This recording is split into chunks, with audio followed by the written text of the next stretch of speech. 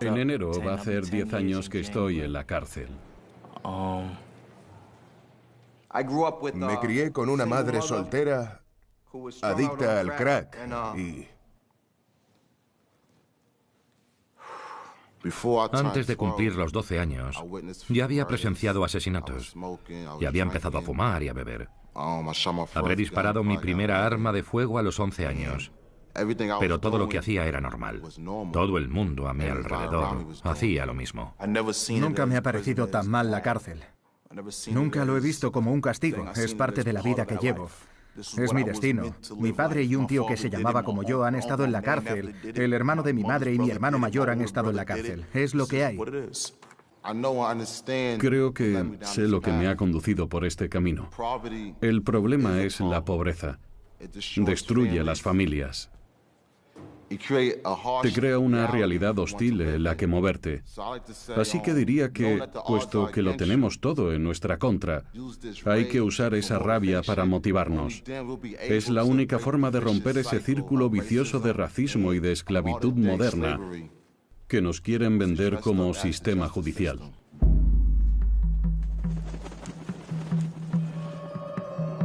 En mi ciudad natal, Easton, en Pensilvania, el edificio más alto era la cárcel, que estaba en lo alto de una colina. Todos teníamos una historia sobre un familiar que había quedado roto tras su paso por la cárcel. Siempre di por hecho que tarde o temprano yo también acabaría allí. Mi amigo Tommy se pasó la mayor parte de su vida entrando y saliendo de la cárcel. Cuando me enteré de que Tommy se había suicidado, quise saber más sobre este sistema judicial que pone entre rejas a tantos hombres negros. Me subí a mi coche y me volví a casa, cual hijo pródigo.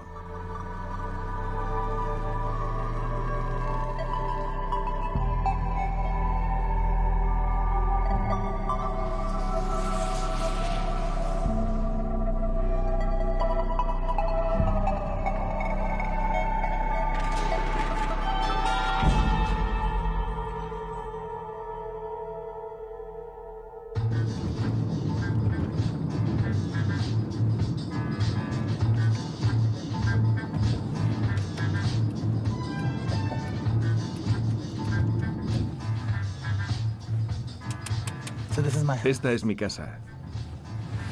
Es la casa en la que me crié. En esa esquina es donde cogía el bus escolar. El día en el que nos mudamos a la casa estaba yo en esa esquina, cuando el repartidor de periódicos pasó delante de mí y me llamó negrata.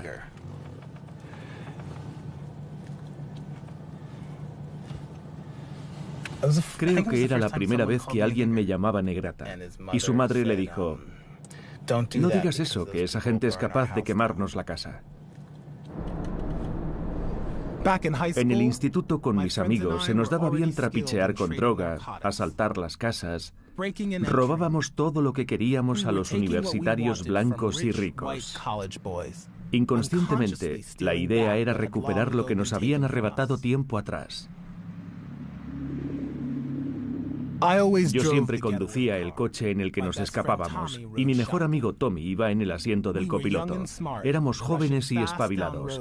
Íbamos a toda pastilla por la vida, acercándonos cada vez más a esa cárcel tan pavorosa de la colina. Yo me fui de Easton en pos de la libertad, mientras que Tommy se quedaba atrapado en el sistema carcelario.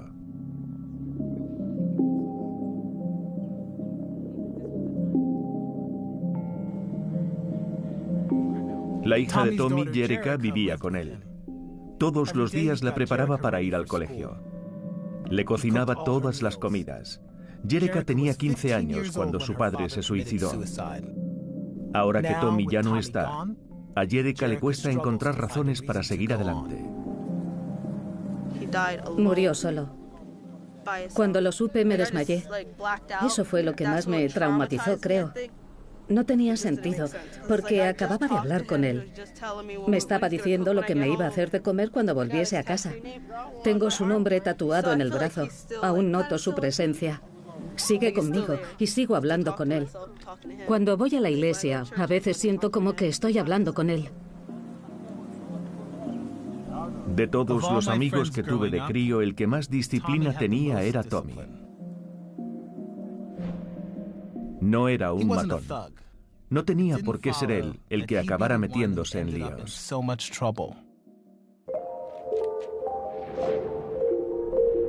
Pero esa es la trampa más cruel de todo este sistema, que basta con que te pillen una vez. Y cuanto más tiempo pasaba Tommy entre rejas, más empezó a comportarse como un matón.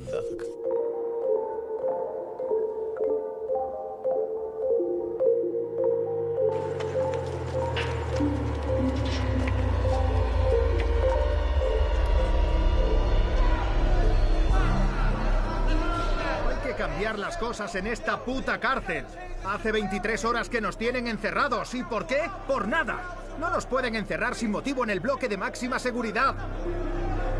Nos tienen aislados las 24 horas del día.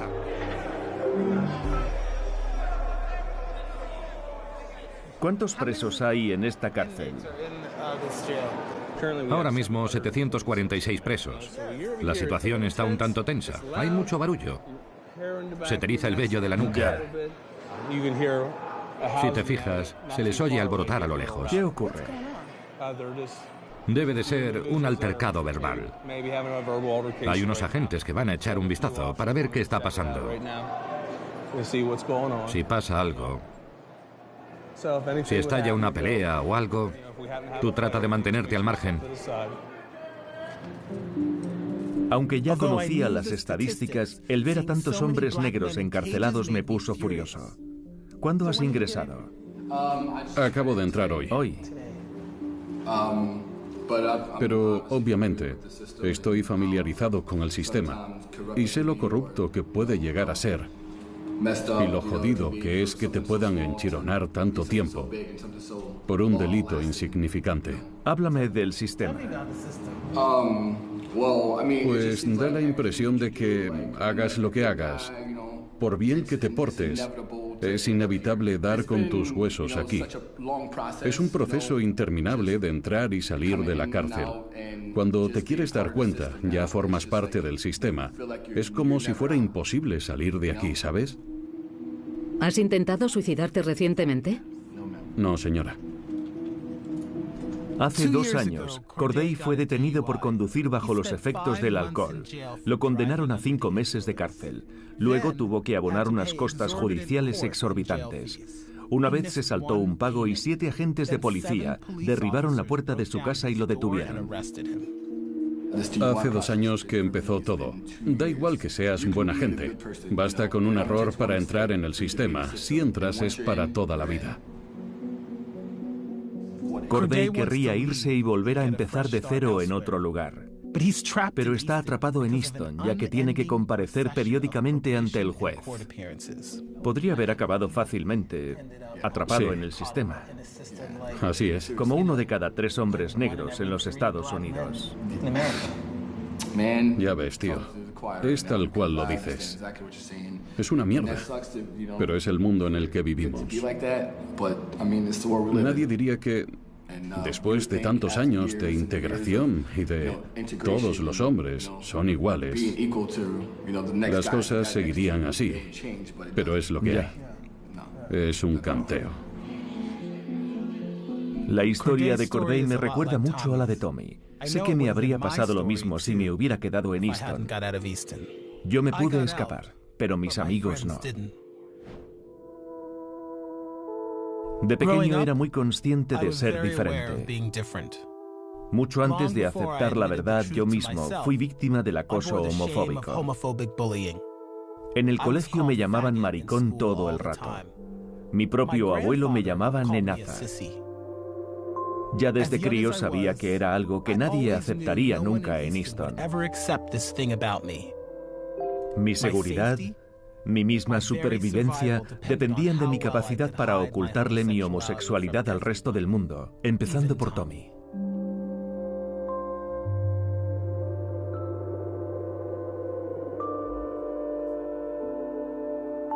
Cuando recogí mis bártulos y me fui de casa, busqué un sitio donde hubiera más gente como yo.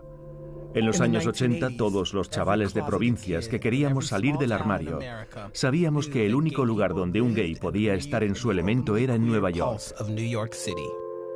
Cuando me fui de Easton, no volví a mirar atrás. Por irónico que parezca, puede que la homosexualidad me salvara la vida.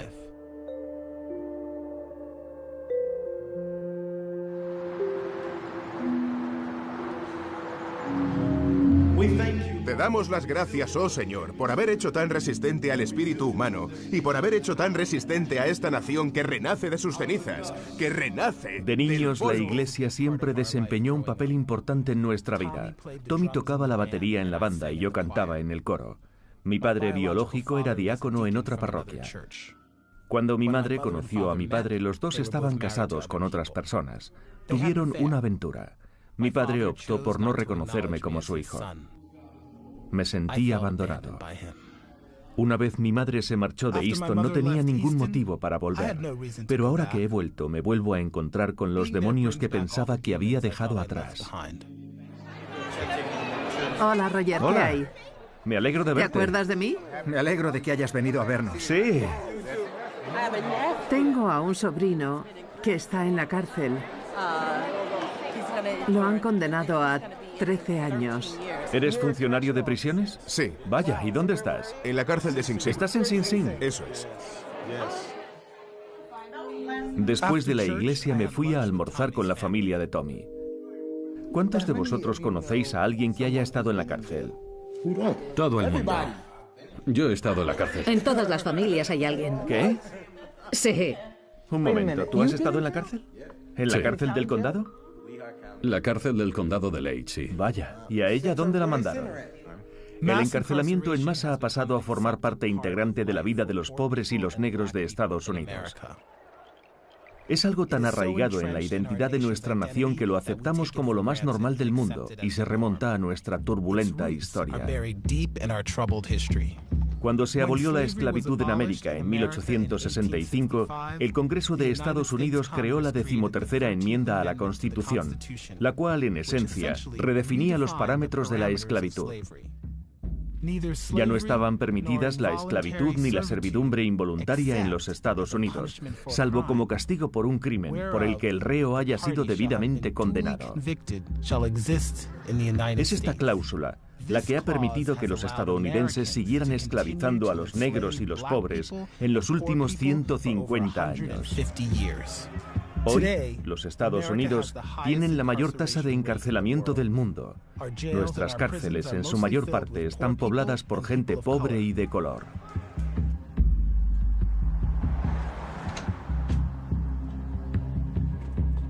Hola, Paul. Soy Roger. Hola, Roger. Tras pasar él mismo por la cárcel, Paul Wright es hoy uno de los principales defensores de una reforma penal. Me metieron en la cárcel por pegarle un tiro a un camello durante un robo a mano armada. Él me intentó disparar a mí y lo abatí. Si el mensaje que querían inculcarme es que está mal atracar a un camello, no hacía falta condenarme a 17 años de cárcel. Y cuando entré en la cárcel, me llamó la atención la brutalidad, la deshumanización a la que se somete a los presos. Una de las cosas que pensé en 1990 y que sigo pensando 27 años más tarde es que si los estadounidenses supieran lo que ocurre en las cárceles con el dinero de sus impuestos, exigirían una reforma del sistema penal, exigirían un cambio. Y por si fuera poco, el coste de este sistema penal es enorme para el contribuyente. Los gobiernos de los estados invierten de media el 5% de su presupuesto local en los centros penitenciarios. Por su parte, el gobierno federal gasta en total la friolera de $265.000 millones al año, un monto que corre fundamentalmente a cuenta del contribuyente. La pregunta es, ¿dónde va a parar todo ese dinero?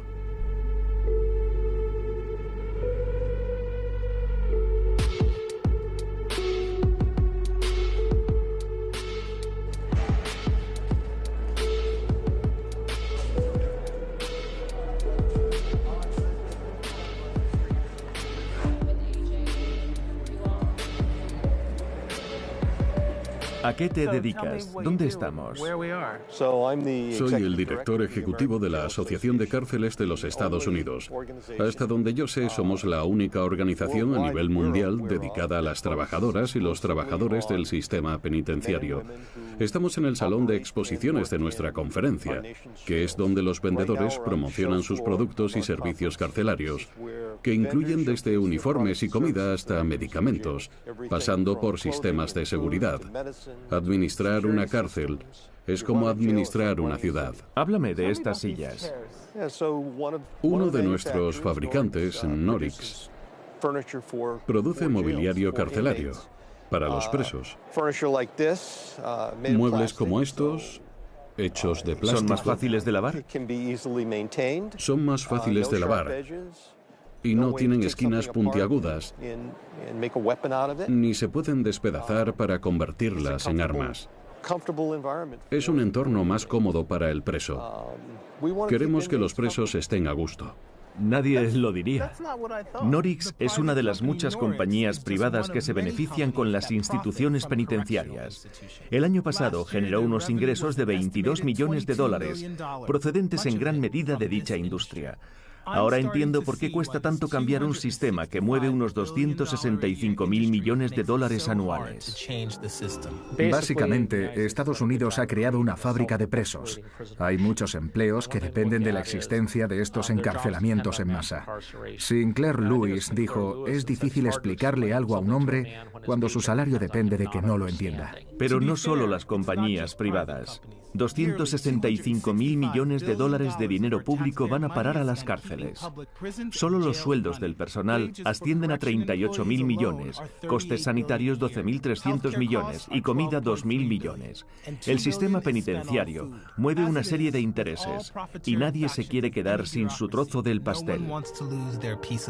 Cuando se habla de un complejo industrial carcelario, odio esa ¿por qué la expresión. odias? Porque yo no lo veo así. No es como si estuviéramos fabricando coches. Nadie se beneficia de ello.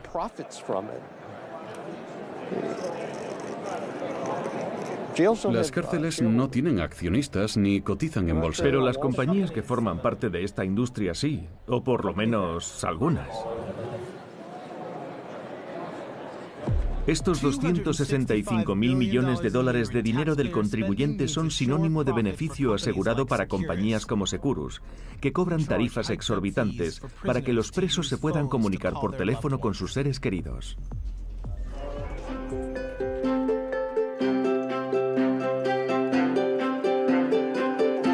Eres muy lista y tienes talento.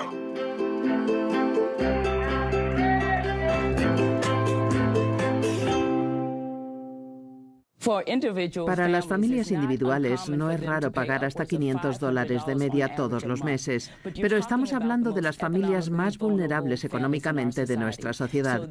No solo se ven obligadas a prescindir de un ser querido, que en muchos casos era el principal sustento, sino que por si fuera poco, se les cobran tarifas abusivas por hacer una llamada de teléfono. Una simple llamada. Las tarifas que abonan los presos por los servicios más cotidianos son muy superiores a las que pagarían de no estar en la cárcel. Compañías como Securus siguen viendo aumentar sus beneficios a costa de estos presos, mayoritariamente pobres y negros. Hay toda una serie de compañías que se aprovechan de los pobres que acaban entre rejas. Ya sean compañías de telefonía que cobran tarifas de usura o compañías que gestionan envíos de dinero entre los presos y sus familias o compañías que sirven comidas. Hay mucho dinero que ganar en esta industria. También soy... ¿Complaciente? Sí. En esta cuenta tienes 3 fondos de inversión y podemos ver en Internet en qué invierten y averiguar si están involucrados de algún modo en el sistema penitenciario. Vale. Estoy buscando Corrections Corp of America. Y aquí están. Parece una locura, ¿verdad? Es alucinante. Sí, es muy retorcido. Es un buen momento para decirle a tu asesor financiero que hay ciertos negocios en los que prefieres no implicarte. Ya. Y pensar que estoy invirtiendo en eso, y sin saberlo siquiera, eso lo hace todo aún más perturbador. No paro de preguntarle a la gente si se trata de algún tipo de gran conspiración, y todos me dicen que no, que es la forma en que funcionan las cosas, desde fiscales hasta jueces y magistrados, pasando por directores ejecutivos de compañías. Todos son parte de un sistema que funciona así. Es toda una industria. Sí, pero si te remontas a 10 o 20 años atrás, o incluso más, creo que es casi como si supieran cómo iba a acabar todo esto. Y aún así, no rectificaron el tiro. Creo que hubo un esfuerzo concertado para no impedir que ocurriese. ¿Y a qué crees que se debe? Al racismo estructural de nuestras instituciones. Es la única explicación que se me ocurre. William G. Otis es profesor de Derecho y antiguo fiscal federal. Recientemente, el presidente Trump lo ha nombrado para la Comisión de Sentencias de los Estados Unidos. Como conservador tengo mis dudas, en general, sobre la eficacia y la sensatez de los gobiernos. Pero los gobiernos no lo hacen todo mal, de cuando en cuando les sale algo bien. Ahora mismo hay mucha más gente en la cárcel que en los años 60 y 70. Hay unos 2.200.000 personas en la cárcel. Si hemos llegado a esta situación, no es solo porque haya aumentado la tasa de criminalidad, sino también porque se han criminalizado cada vez más comportamientos y conductas. En Estados Unidos, entre 1776 y 1990, se encarceló a 1 millón de personas. Luego, la población se dobló entre 1990 y 2000. En 10 años, 1 millón de presos. En los años 90, los fiscales empezaron a pedir el doble de delitos graves. Es algo que se apunta a menudo. Y no es un error ni una mera casualidad. Hoy se cometen muchos menos crímenes que a comienzos de los 90. ¿Por qué crees? Trato de comprender por qué Estados Unidos tiene la mayor tasa de encarcelamiento del mundo. ¿A qué crees que se debe? Es por nuestra tasa de criminalidad. La tasa de criminalidad nos afecta a todos y cada uno de los 326 millones de estadounidenses. Si uno quiere evitar ir a la cárcel, no tiene mayor misterio. No hace falta ser abogado, tan solo hay que saber 4 cosas. No robes. No estafes a la gente. Pasa de las drogas. Y resuelve tus problemas sin violencia. Si la gente sigue estas 4 reglas, la población carcelaria del país se acabará desvaneciendo. Los indicadores de desigualdad se disparan en nuestro país. El encarcelamiento de masa es una herramienta de control social. ¿Qué se pretende controlar? A la gente pobre. El único cometido del sistema de justicia criminal de este país es el de contener y controlar a la gente pobre. ¿Por qué a la gente pobre? Porque representan la posibilidad de un cambio social y político. Los negros pobres son los soldados rasos de la revolución y del cambio en todo el mundo. Aquí se les ve como una amenaza.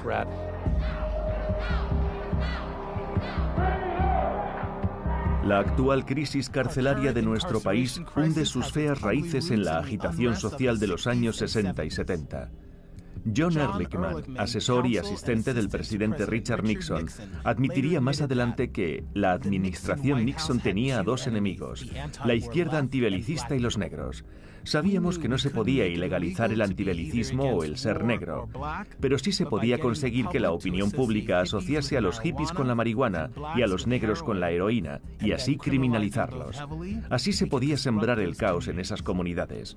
Pues bien, eso mismo fue lo que hicieron. Es la continuación de la opresión y el empobrecimiento sufrido por la población negra de nuestro país en los últimos 500 años. Lo que necesitamos es que los padres se tomen en serio su labor y que enseñen a sus hijos los valores correctos. Yo no te conocía antes de hoy, pero apostaría un buen puñado de dinero a que no te has convertido en un cineasta independiente de éxito, porque Tus padres te dejaban hacer lo que te daba la gana y pasaban de comprobar que hacías los deberes. Si evitas el crimen y evitas tener encontronazos con la policía, es porque tus padres te han enseñado a respetar a los demás, a respetar su derecho a sentirse seguros y a resolver tus disputas sin recurrir a la violencia. Si quieres dinero, te lo ganas con un trabajo. Las ideas de Bill Otis son de lo más populares en la administración Trump. Voy a restaurar la ley y el orden en nuestro país. Antes no se andaban con miramientos cuando encerraban a un delincuente en una lechera. Por eso yo siempre digo, por favor, no seáis tan delicados. Por ejemplo, cuando metéis a alguien en el coche y le protegéis la cabeza así, con la mano, para que no se dé un golpe en la cabeza. Acaba de matar a alguien y vosotros vais y le protegéis la cabeza. Por mí no pasa nada porque quitéis la mano. Donald Trump ha decidido apostar por el encarcelamiento en masa. Considera que tenemos que aumentar la población de nuestras cárceles y alargar las penas de cárcel y revertir la reforma carcelaria. Jeff Sessions, toda una reliquia de la era de la segregación racial en el sur, encabeza una iniciativa que se puede resumir bajo el siguiente lema: enciérralos y tira la llave. Quiero anunciarles que anoche mandé una circular a todos los fiscales de los Estados Unidos, fijando una nueva política de acusaciones y de sentencias para el Departamento de Justicia. Es importante tener en cuenta que, contrariamente a políticas anteriores, he autorizado a los fiscales a evitar toda sentencia que pueda resultar injusta. Sessions ha dado la instrucción a los fiscales federales de solicitar siempre la mayor pena posible para los acusados. Creo que nuestro objetivo es reducir la criminalidad. No nos hemos propuesto obtener ningún resultado. Más allá de eso, de lo que se trata es de proteger a las familias del país de los criminales más violentos y más peligrosos. Es nuestra prioridad y en lo que centramos nuestros esfuerzos. Los adversarios de la severidad en lo penal dicen que afecta de forma desproporcionada a las comunidades de minorías, pero lo que no mencionan es que esas mismas comunidades de minorías son las que padecen de forma desproporcionada el impacto de los traficantes que se ceban con ellas. En última instancia, las minorías son las principales víctimas de estos crímenes, y eso es lo que queremos atajar. La mano dura beneficia en última instancia a las comunidades más victimizadas por estos criminales. El Departamento de Justicia se niega a reconocer que hay estudios que demuestran que ante un acusado negro, el fiscal tiene un 75 más de probabilidades de exigir pena de cárcel.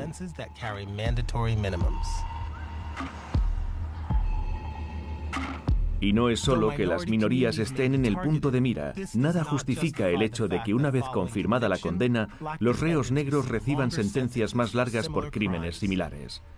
Estas micro y macroagresiones en base a la raza tan solo demuestran que nuestro sistema carcelario tiene un sesgo en contra de las minorías y un sesgo aún más pronunciado, si cabe, en contra de las comunidades pobres de color. Un estudio reciente en San Francisco revela que menos del 15% de controles policiales se practican a conductores negros, más del 42% de las inspecciones no consentidas también a negros, a pesar de que la mayoría de los contrabandistas sean blancos. A mí me paran todo el tiempo. Cada vez que me paran me dicen, el policía siempre me dice, ¿a qué se dedica usted? ¿Qué papel desempeña la raza cuando un coche patrulla para a alguien como yo? La raza siempre juega un papel aquí, Estados Unidos. Si hablamos de un chico blanco de una zona residencial rica, donde el departamento de policía está mejor pagado y tenderá a ser más sensible a las problemáticas de una comunidad rica, es evidente que el trato va a ser diferente. La policía y los juzgados son locales. Todo eso cuenta. Estamos hablando de un problema sistémico de desigualdad de ingresos, de segregación. Son problemas muy reales, pero no parece que queramos poner el foco en ellos.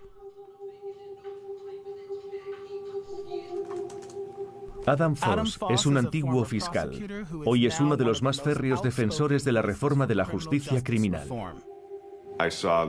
Me di cuenta de que había todo un sistema que afectaba muy negativamente a las personas como nosotros.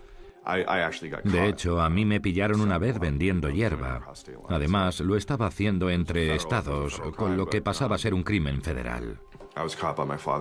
Fue mi propio padre el que me pilló. Me había adoptado una familia blanca y por ser quien era él, un miembro respetado de su comunidad y un agente de policía, no me pasó nada. Un día maduré y me alejé de todo eso. No me pasó con 19 años, me pasó con 25, 26, 27 años. Me metí a estudiar Derecho y aquí estoy. Adam se reúne a menudo con un grupo de presos. La mayoría están condenados a cadena perpetua por asesinato. Me crió una madre migrante que vino a los Estados Unidos huyendo de la miseria. Pero el sueño americano nunca se hizo realidad. A eso de los 12 años empecé a trapichear con drogas. Con 17 años me habían acusado de asesinato. Y la víspera de mi 21 cumpleaños me condenaron a cadena perpetua. Mi madre era drogadicta y mi padre no estaba nunca en casa. Y mi padrastro maltrataba a mi madre. Poco a poco me fui convenciendo de que mi familia no era... Se supone que mis padres tenían que quererme, pero no me querían. Y yo no sabía cómo procesarlo, y eso me hizo proyectar esa violencia hacia los demás. Sí, maté a una persona. Pero ahora ya no soy el mismo salvaje que le arrebató la vida a aquel chico. Me he cultivado, me he civilizado, me he dignificado. Y llegado a este punto, mi sentencia está teniendo un efecto contraproducente. ¿Qué sentido tiene? En la cárcel te enseñan a ponerte una armadura para ahuyentar a los demás, para protegerte. Y eso te hace perder tu identidad porque tienes que convertirte en una especie de ejército de un solo hombre. Estoy agradecido a mis mentores. Me han hecho comprender que el perdón es una posibilidad real. Me han ayudado a ver mi lado positivo y a desarrollarlo de tal forma que ahora soy capaz de ver el lado bueno en otras personas que a lo mejor no son conscientes de tenerlo. La gente te cuelga calificativos como matón, pandillero, camello, monstruo, negrata. Es la manera que tienen las personas de lidiar con sus emociones, odiándote, prejuzgándote, etiquetándote. Es muy fácil de hacer cuando te han apartado lo más posible de tu comunidad y estás detrás de un muro y nadie te puede ver, ni tú no puedes ver a nadie. Llevo ya 5 años trabajando con ellos y he visto lo que les ha hecho la cárcel en estos últimos 5 años. Han crecido, se han hecho hombres, han expiado su culpa a lo largo de todo este proceso judicial, pero se nota la marca que te deja la cárcel. Y solo han pasado 5 años de los 50 o 60 que aún les quedan.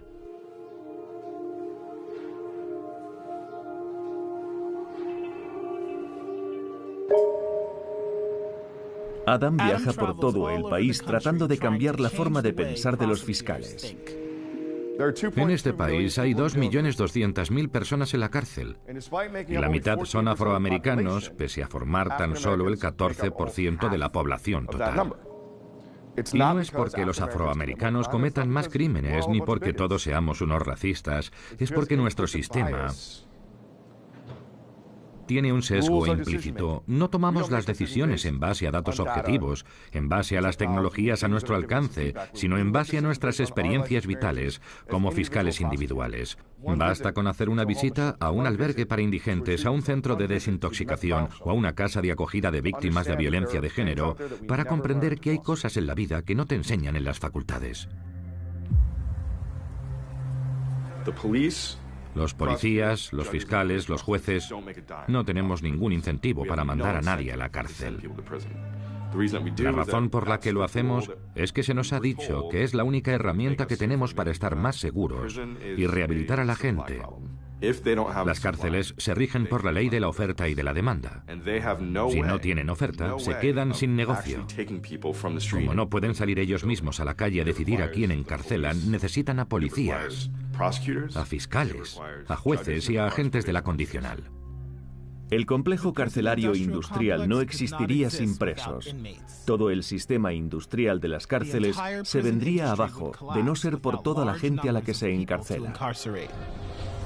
Para que la industria pueda seguir generando 265.000 millones de dólares al año, tiene que haber un flujo constante de presos nuevos, de seres humanos prescindibles. En la historia del trabajo forzoso en América, los que no tenían poder siempre han tenido una apariencia diferente a los poderosos. Arrestar a los que no tienen poder es el primer paso para llenar nuestras cárceles. Cada vez que un policía esposa a un chico negro, lo más probable es que esté entrando por una puerta sin retorno. La burocracia de los encarcelamientos en masa se ha convertido en un monstruo de múltiples cabezas. Los encierros masivos comenzaron como una manera de controlar a los activistas negros durante el movimiento por los derechos civiles, allá por los años 60. En los 80 los comportamientos de los negros fueron criminalizados en plena guerra contra las drogas, en particular contra el crack. En los años 90 se había extendido un miedo racista a los llamados superdepredadores, y había tanta gente en la cárcel que las prisiones ya se habían convertido en una industria. Hoy esa industria se ha vuelto tan lucrativa y posee tantas ramificaciones que la cuestión moral queda eclipsada por la cuestión financiera. Tras la muerte de Michael Brown a manos de un policía en Ferguson, el Departamento de Justicia de los Estados Unidos descubrió que el gobierno local había estado cobrando tasas y multas abusivas para extraer grandes cantidades de dinero a los más pobres y a los negros. Esta investigación apunta a una comunidad en la que las autoridades locales han concebido las leyes no como una manera de garantizar la seguridad pública, sino como una fuente de ingresos. El juez es el que da el empujón final en la cadena de suministro carcelaria. La cárcel es algo que está arraigado en nuestra sociedad. Es nuestra forma de tratar a la gente.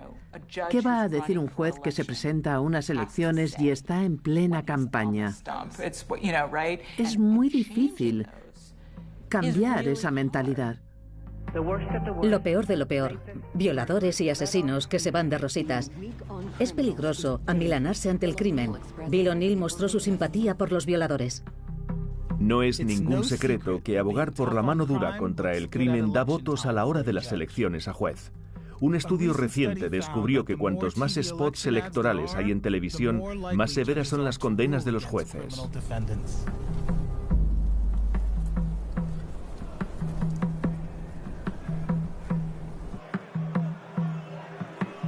La libertad condicional es otra de las razones por las que hay tanta gente en la cárcel en este país.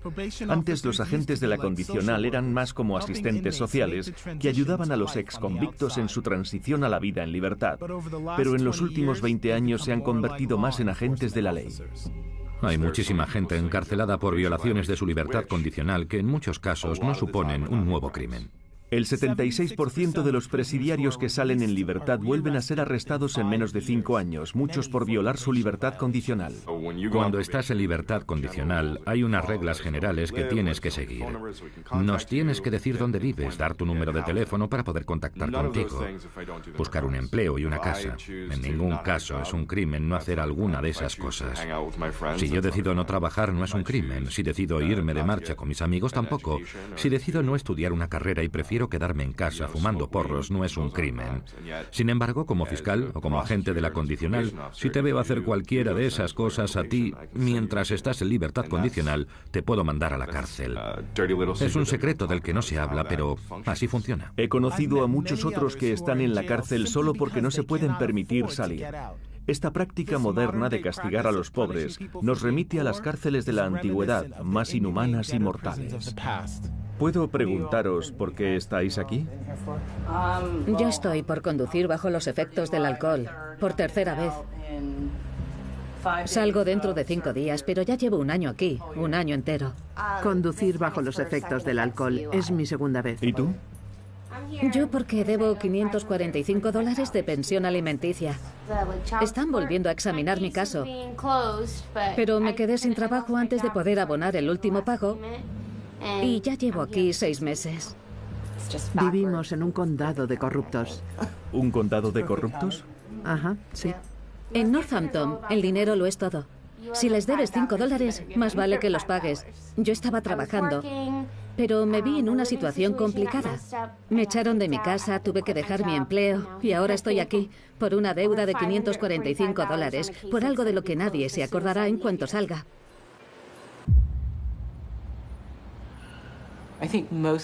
La mayoría de la gente no sabe nada del sistema de justicia criminal que tenemos. O no lo conocen, o no le prestan atención, o les da lo mismo, porque no les afecta a ellos directamente, y a menudo los afectados tienen otro color de piel. Así que se dicen, algo habrán hecho mal. La ley es la ley. Pero también creo que si le preguntas a la gente, ¿crees que es justo que alguien se tire toda la vida en la cárcel por alterar el orden público o que se tire varios años entrando y saliendo de la cárcel por pagar con un cheque sin fondos o por no devolver a tiempo una peli al videoclub? Nadie piensa así. ¿Qué es lo que mueve el sistema? La cosa es que no hay un único individuo que lo controle todo. El resultado depende de las decisiones individuales de un montón de personas diferentes que la mayor parte del tiempo no se coordinan entre sí y un buen día de repente la cárcel está llena. Es un ciclo cruel que a menudo sirve para complementar los presupuestos de los gobiernos locales, ya que pasa por extraer tasas innecesarias a una gente que no se las puede costear. La persona en libertad condicional le está pagando al gobierno para que la vigilen. Cuando yo era fiscal eran $65 al mes. Ahora creo que son unos 90. Pero cuando eres un joven negro y no tienes oportunidades laborales y tienes hijos y no tienes formación y te pillan vendiendo drogas para sacarte un dinero y encima te hacemos pasar por todo esto y te lo ponemos más difícil para encontrar trabajo, para encontrar casa y te lo ponemos más difícil para obtener ayuda financiera y te lo ponemos más difícil para recibir servicios y encima tienes que pagar por ello, ¿qué crees que va a pasar por tu cabeza? ¿En qué momento se le ocurrió a alguien que este sistema sería una buena manera de disuadir a los criminales?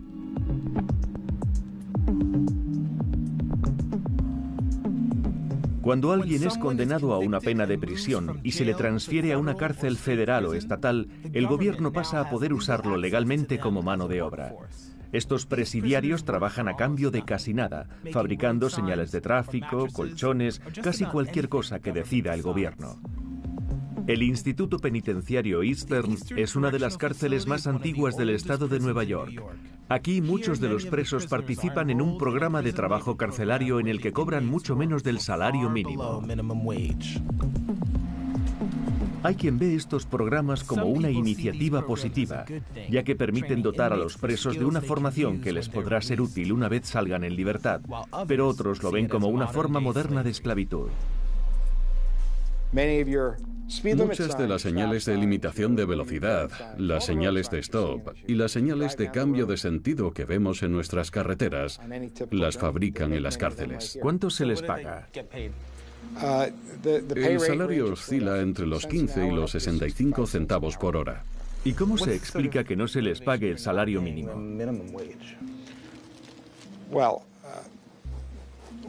Hay una ley que fija el salario de los presidiarios, pero hay que tener en cuenta una cosa, y es que cada comunidad fija un salario mínimo partiendo de la base de que todo trabajador tiene una serie de gastos. Ha de pagar una vivienda, mantener a una familia, además de toda clase de gastos, como hacer la compra, hacer obras en su vivienda, pagar el transporte o pagar el médico. Pero para alguien que está encerrado en un centro penitenciario, todos esos gastos dejan de existir. Por todo el tiempo que pasa dentro del sistema penal, cada preso acumula una deuda media de $13,600. Por no hablar de que las familias padecen grandes pérdidas económicas por todos los ingresos perdidos que dejan de percibir. Al cumplir los 48 años, un expreso habrá ganado $179.000 menos que alguien que nunca haya estado en la cárcel. Cada vez que un preso ha ido a juicio para exigir que remuneren su labor, para exigir una compensación por su trabajo, la respuesta del tribunal siempre ha sido la misma. Sois esclavos del Estado. Es la respuesta textual que vienen dando los jueces en estos últimos 120 años.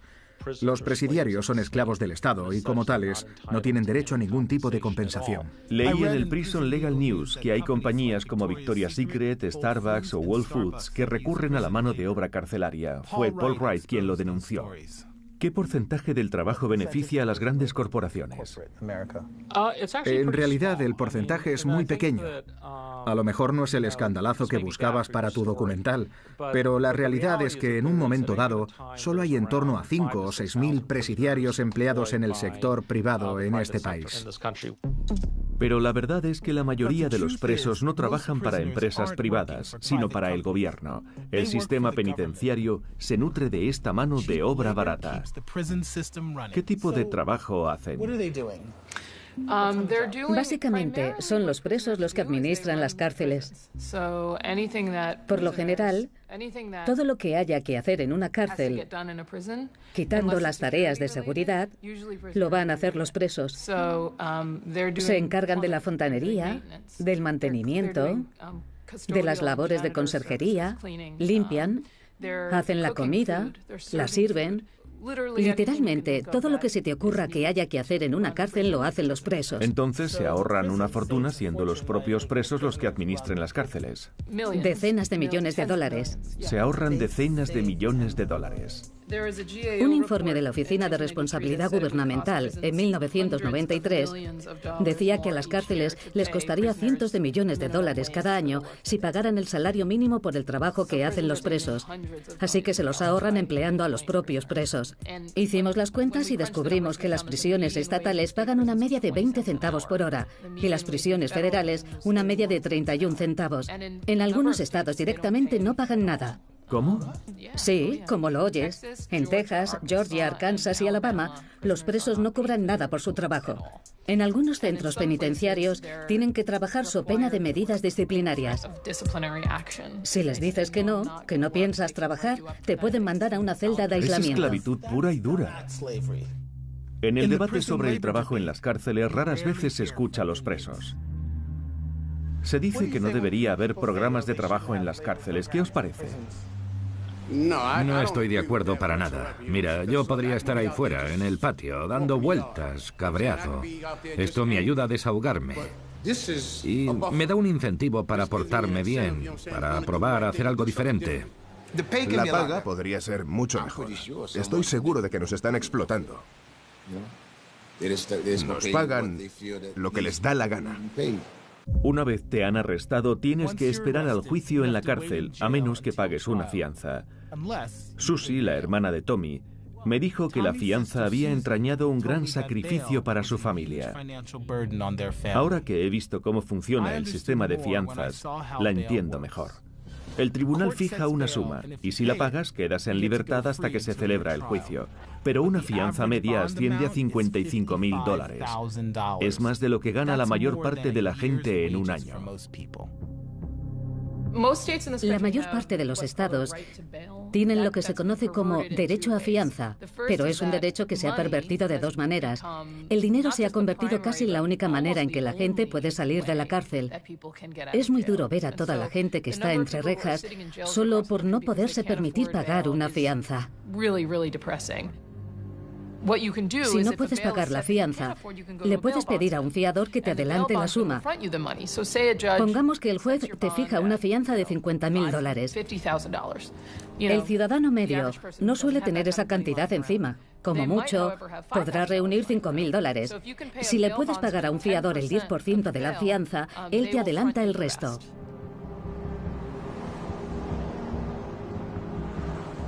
Casi todos los estados tienen una industria de las fianzas. Y lo que pasa es que esos fiadores representan unos intereses muy poderosos y Tienen un lobby en el Congreso.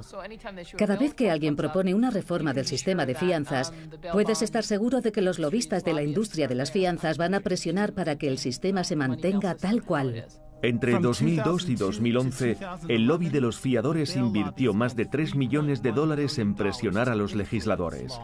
Tiene todo el sentido del mundo que este lobby quiera frenar toda reforma, ya que las personas arrestadas pagan más de $1.400 millones cada año a la industria de las fianzas, un sablazo que afecta a las comunidades más pobres. No estoy tan loco como para no saber que se han dado cuenta de que si consigo convencerles de que voten esta ley, mis clientes van a ganar mucho dinero con los intereses de sus fianzas.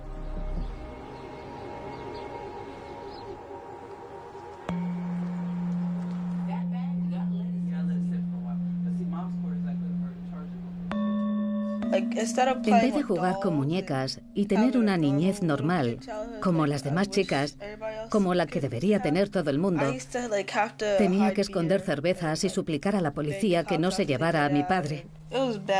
Era un horror. Tenía que ponerme a llorar para que no se llevaran a mi padre, porque si se lo llevaban, mi hermano y yo... Es que no sé cómo explicarlo, no lo sé. Era un horror. ¿Cuánto tiempo pasó Tommy en la cárcel? Un montón. Un montón. ¿Pero cada mes? ¿Cada 2 o 3 meses? Más a menudo. En la cárcel no se le brindaba ningún tipo de ayuda o de tratamiento. Lo encerraban sin más. Eso es.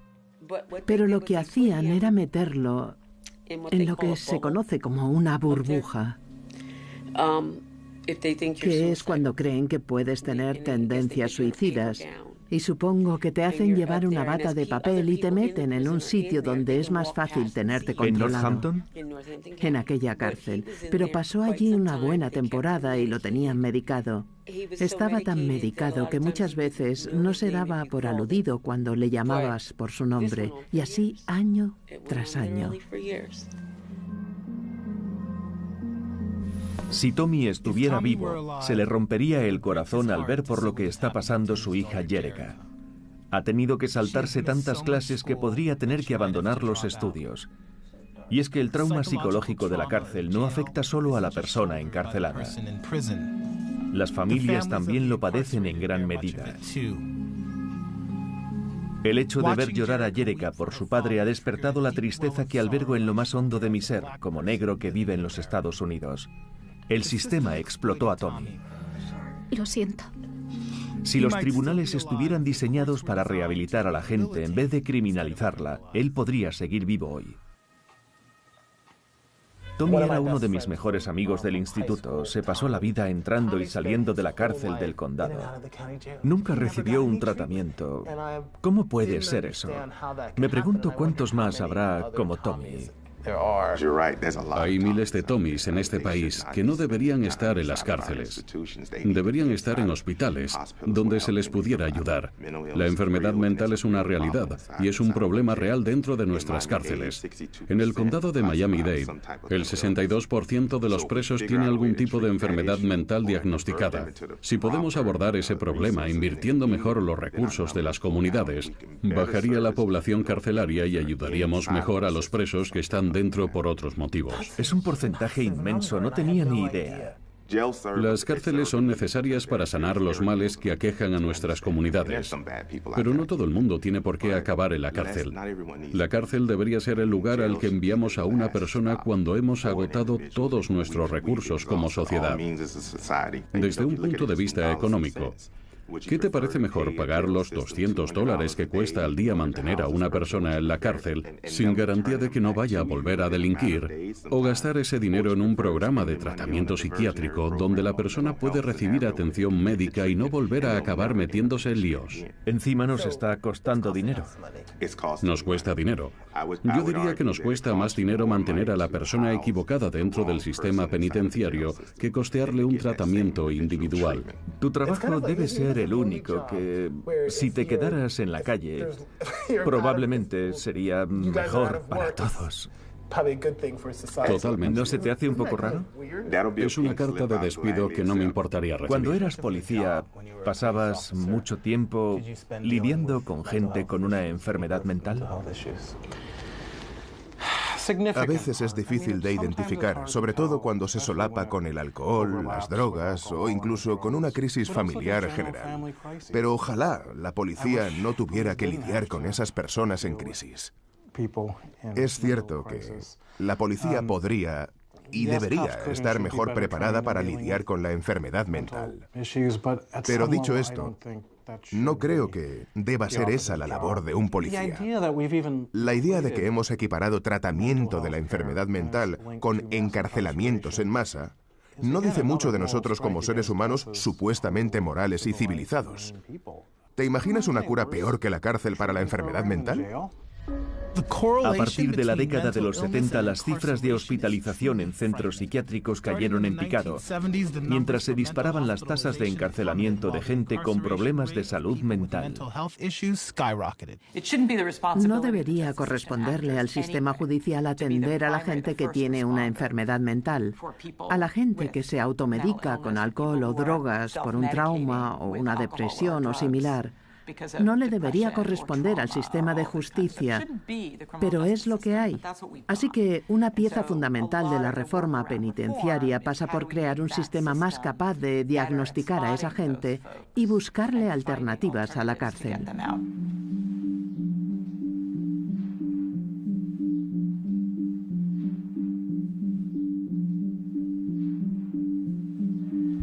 El nombre que me dio mi madre me lo han cambiado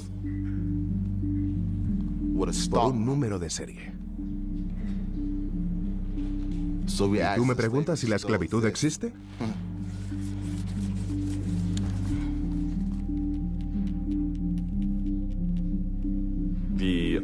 Llegado un punto, el castigo atraviesa un umbral y se convierte en venganza. Y cuando atraviesa ese umbral empieza a tener un efecto contraproducente. El preso deja de sentir lo que hizo. Deja de estar arrepentido y empieza a ponerse rabioso. Y esa rabia se traduce en violencia y el preso está peor que cuando llegó. ¿Para qué sirve la cárcel?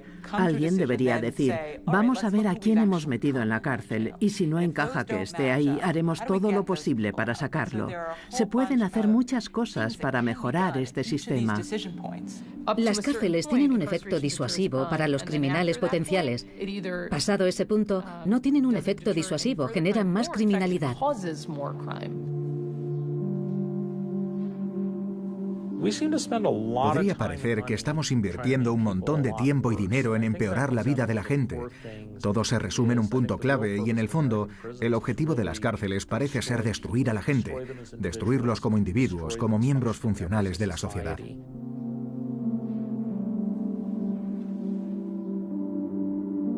Me da pavor pensar en el sistema de justicia penal que nos va a legar la administración actual.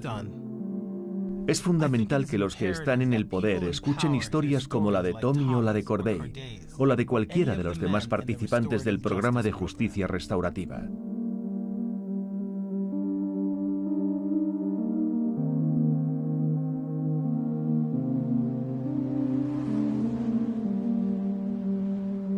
En mi cabeza no paro de volver una y otra vez a la cárcel de la colina. Me rompe el corazón saber que en toda América hay incontables personas negras, incontables personas pobres, que no tienen la capacidad de decidir su propio destino. Las esposan y las encierran en lo alto de una colina donde nadie las pueda ver. Una vez dentro, se les arrebata su dignidad y se les deniega su humanidad. El coste acumulado es enorme en dólares perdidos, en oportunidades perdidas y en vidas perdidas. Si permitimos que se siga perpetrando esta crueldad a nuestras espaldas, estamos renunciando a nuestra humanidad. Si somos capaces de ver lo que está pasando sin hacer nada, nos volvemos inhumanos. No nos podemos desentender de nuestras acciones.